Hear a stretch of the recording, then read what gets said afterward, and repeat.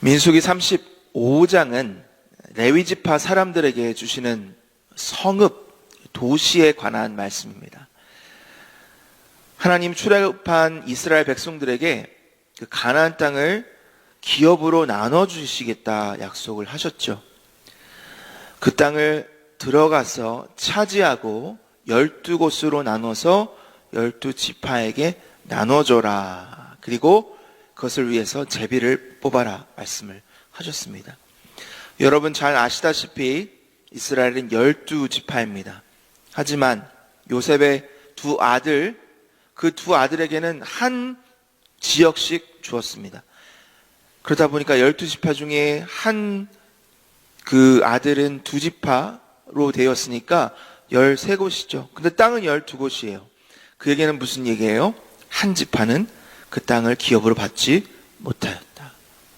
여러분 잘 아시다시피 레위 지파는 땅을 기업으로 받지 못하였습니다. 레위 지파는 성막 봉사를 맡은 사람들이었죠. 성막에 가서 하나님을 제사하고 하나님께 제사하고 그 필요한 여러 가지 일들을 담당했던 사람들입니다. 하나님께서 말씀하시죠. 너희들에게는 내가 땅이 아니라 나 자신을 너희의 기업으로 주겠다. 성막에 대한 책임을 맡은 레위인들, 땅이 없으면 어떻게 해요? 살 곳이 없잖아요. 농사할 수도 없고. 그래서 어떻게 합니까? 다른 지파 사람들이 11조와 또 헌물을 들여서 그들을 먹이고 입혔습니다. 그렇다고 그들이 살 곳이 없었던 것이 전혀 아니죠. 각 지파에서 성읍들, 도시들을 내어주어서 총 48개의 도시를 주고 레위 지파 사람들이 나누어서 살게 했습니다. 때가 되면 내가 그 성막 봉사에 맡은 그런 시기가 오면 거기 가서 봉사하고 마치면 또 오라고 이런 식으로 돌아가면서 성막을 섬겼던 사람들. 그런데 오늘 말씀을 보니까 레위인들이 살았던 도시는 아주 작은 도시예요. 가로 900m, 세로 900m. 한국의 어느 시골 마을 가면 사람들이 얼마 살지 않은 아주 작은 도시와 같은 그런 곳에서 레위인들은 살았습니다. 그뿐만이 아니라 48개의 도시 중에서 6개의 도시는 도피성으로 세워라 라고 말씀하십니다. 도피성 뭘까요? City of Refuge. 의도치 않게 살인을 저지른 살인자들이 도피하는, 피난하는 장소. 이쯤 되면 하나님 너무하신 거 아니에요? 레위인들은 성모에 가서 봉사도 해야 되고 땅도 기업으로 받지 못하고 심지어 살인자들도 그들의 그 도시에 와서 살아야 되는, 또 그들을 케어해 줘야 되는, 하나님 너무하신 거 아닙니까? 근데 여러분, 왜 하나님께서 도피성을 세우셨는지를 우리가 잘 알면 하나님이 레위인들에게 형벌을 주신 것이 아니라 하나님의 놀라운 그 사랑과 은혜의 통로가 되게 하셨음을 우리가 잘 알 수가 있습니다. 도피성을 세우신 이유, 첫 번째는 이것입니다. 하나님께서 우리 인간의 한계성을 잘 아셨기 때문입니다. 민수기 35장 22절, 23절 우리 같이 한번 읽어보겠습니다. 22절과 23절 시작. 악의가 없이 우연히 사람을 밀치거나 기회를 엿봄이 없이 무엇을 던지거나 보지 못하고 사람을 죽일 만한 돌을 던져서 죽였을 때에 이는 악의도 없고 헤아려 한 것도 아닌즉. 여러분 이 말씀이 무슨 말씀일까요? 내가 특별한 악한 의도가 없이 어떤 행동을 했을 때 그 일로 인해서 누군가 죽을 수 있다는 말씀이죠.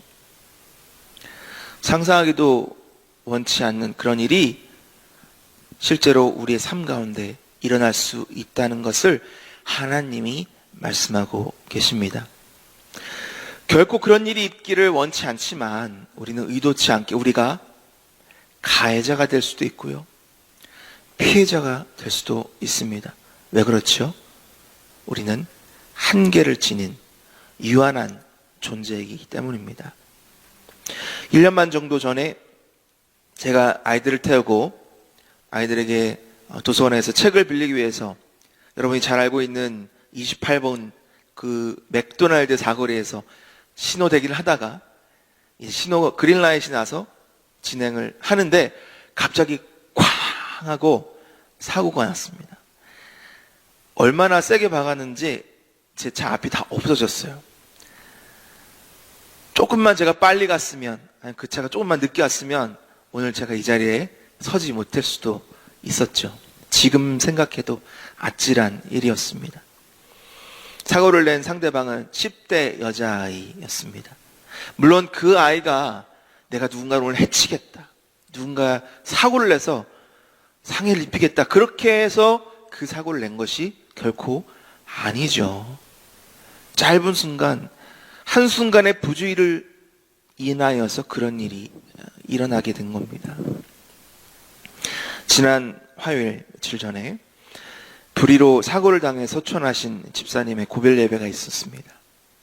갑작스러운 어머님의 장례 예배에 조사를 하시는 집사님이 그렇게 말씀하세요. 일을 당해보니까 인생은 내 마음대로 되는 것이 아니라는 것을 깨닫게 됩니다. 그 조사를 듣고 너무나 마음이 아팠습니다. 그 집사님만 그런 경험을 하시겠습니까? 우리 주위에 그런 안타까운 일들이 너무나 많죠. 하나님 우리의 한계를 잘 아십니다. 한 치 앞도, 정말 한 치 앞도 볼 수 없는 우리의 한계를 잘 알고 계시죠. 예상치 않았던 일들 가운데 무기력할 수밖에 없는 우리의 부족함과 연약함을 너무나 잘 아시는 하나님께서 그런 일이 일어났을 때 피할 수 있는 도피성을 마련해 주셨습니다. 당시 율법이 그랬어요. 내가 누군가의 피를 흘리면요, 그 피는 나에게 돌아옵니다. 내가 누군가를 죽이면 그 죽은 사람의 가족이 저를 죽일 수가 있었어요. 그래도 형벌을 받지 않았어요. 의도치 않게 누군가의 피를 흘리게 됐을 때 빨리 도피성으로 피하면 내 목숨을 부지할 수가 있었던 거죠. 그것이 바로 도피성입니다. 전승에 따르면 이 도피성을 향하는 길에는 팻말이 있었다고 합니다. 이곳으로 가면 도피성이 있다. 그리고 그것은 잘 보이는 길목에 세워져 있다고 합니다. 도피성으로 가는 길은 14m, 굉장히 요즘에도 굉장히 긴 넓은 도로인데 그런 도로를 깔았다고 하고요. 또 도피성에 가면 생필품들이 있어서 거기서 먹고 지낼 수 있도록 대비를 했다고 합니다. 뿐만 아니라 가나안 지역이 요단강이 북과 남으로 이렇게 쭉 내려가 있는데 서편에 하나 둘 셋, 동편에 하나 둘 셋, 그것도 아주 이분리 이렇게 6곳이 있어서 하루 만에 도피성으로 피할 수 있도록 조치를 취했다는 거죠. 아주 하나님의 전략적인 그런 도피성, 왜 그렇게까지 하셨을까? 우리를 위해서, 우리의 연약함과 우리 한계를 아시는 하나님이 우리에게 피할 처를 제공해 주시는 하나님의 배려였던 것입니다. 두 번째로 도피성을 주신 이유, 하나님의 정의를 위해서, 정의를 세우시기 위해서. 살인을 저지른 사람이 도피성으로 간다고 해서 무조건 다 보호해 주신 것은 아닙니다. 어떤 이유든 간에 내가 의도를 가지고 계획적으로 살인을 저지른 사람은 도피성에 가도 보호받지를 못합니다. 만약에 악의가 없이 누군가를 해한 사람, 그런 사람이 도피성에 가게 되면 그 사람은 보호를 받게 되는 거죠. 한 가지 조건이 있습니다. 도피성에 머무르게 되면 그 도피성을 떠나면 안 돼요. 도피성에 머물러 있어야 합니다. 거기서 뭐를 할까요? 참회하죠. 나로 인해서, 내 부주의로 인해서, 내 실수로 인해서 죽은 그 사람을 생각하면서 사죄해야죠. 그리고 도피성에 피해서 내 목숨을 살리게 하신 하나님께 감사해야죠. 그런데 그것이 억울하다고, 답답하다고 그 도피성을 빠져나가게 되면 하나님의 배려, 하나님의 사랑, 하나님의 자비를 거스르게 되는 것이죠. 그때는 하나님이 더 이상 볼 수가 없다라는 말씀입니다.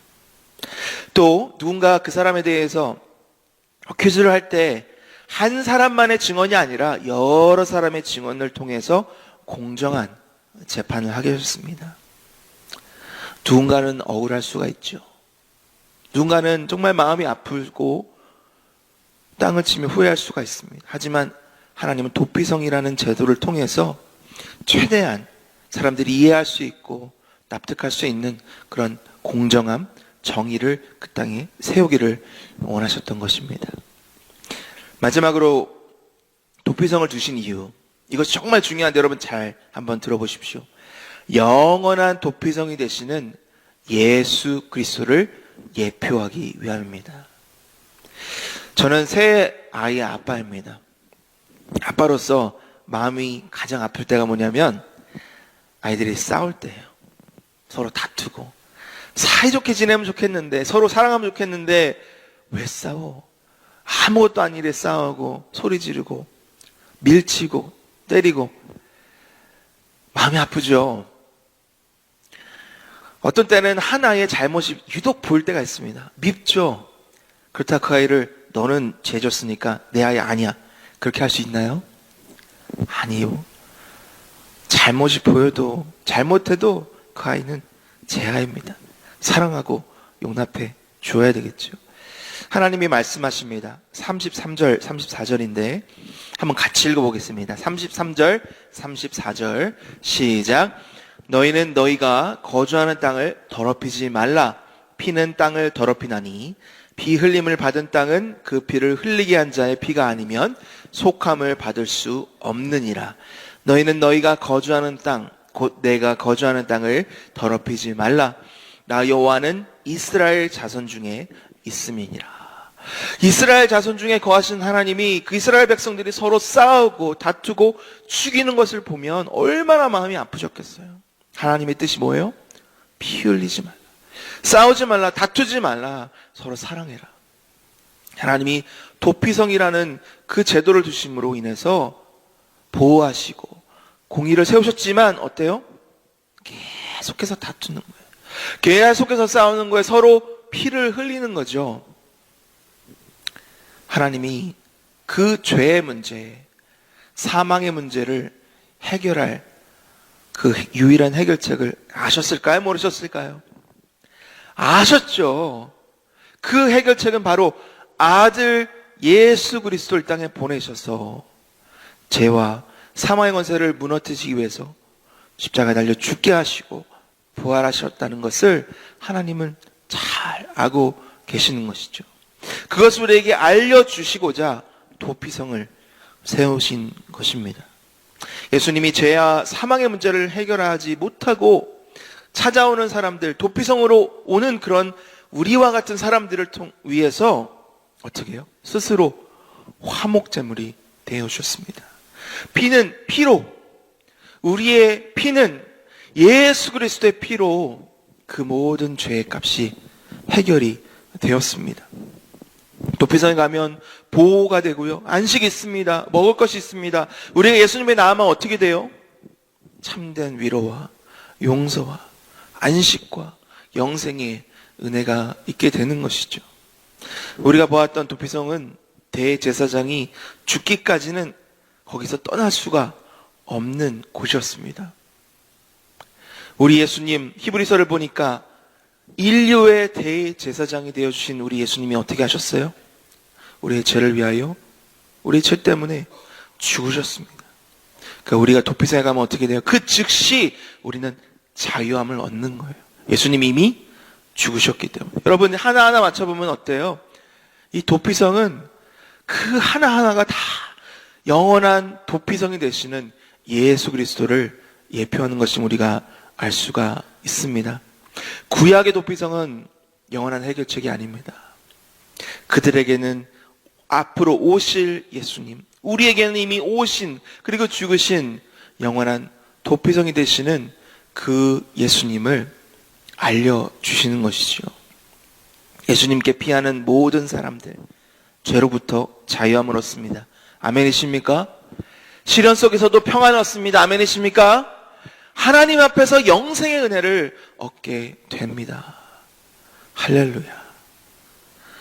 그렇다면 그 도피성이 필요한 사람들은 누구일까요? 여러분 잘 아시는 말씀, 로마서 3장 23절, 모든 사람이 죄를 범하였음에 하나님의 영광에 이르지 못하였음에.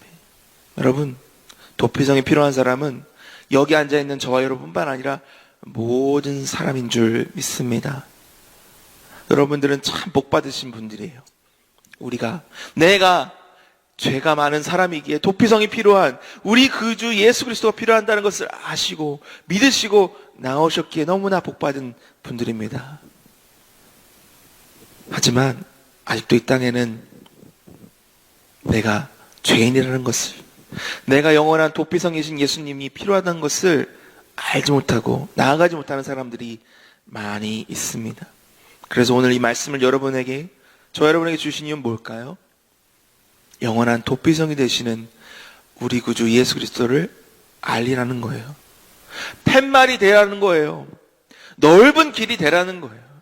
그래서 나뿐만 아니라 내가 사랑하는 사람들 함께 영원한 도피성이 되시는 예수 그리스도 앞에 나아가고 참된 위로와 용서와 안식과 영원한 영생의 은혜를 함께 누리시기를 예수님이 원하시는 줄을 믿습니다.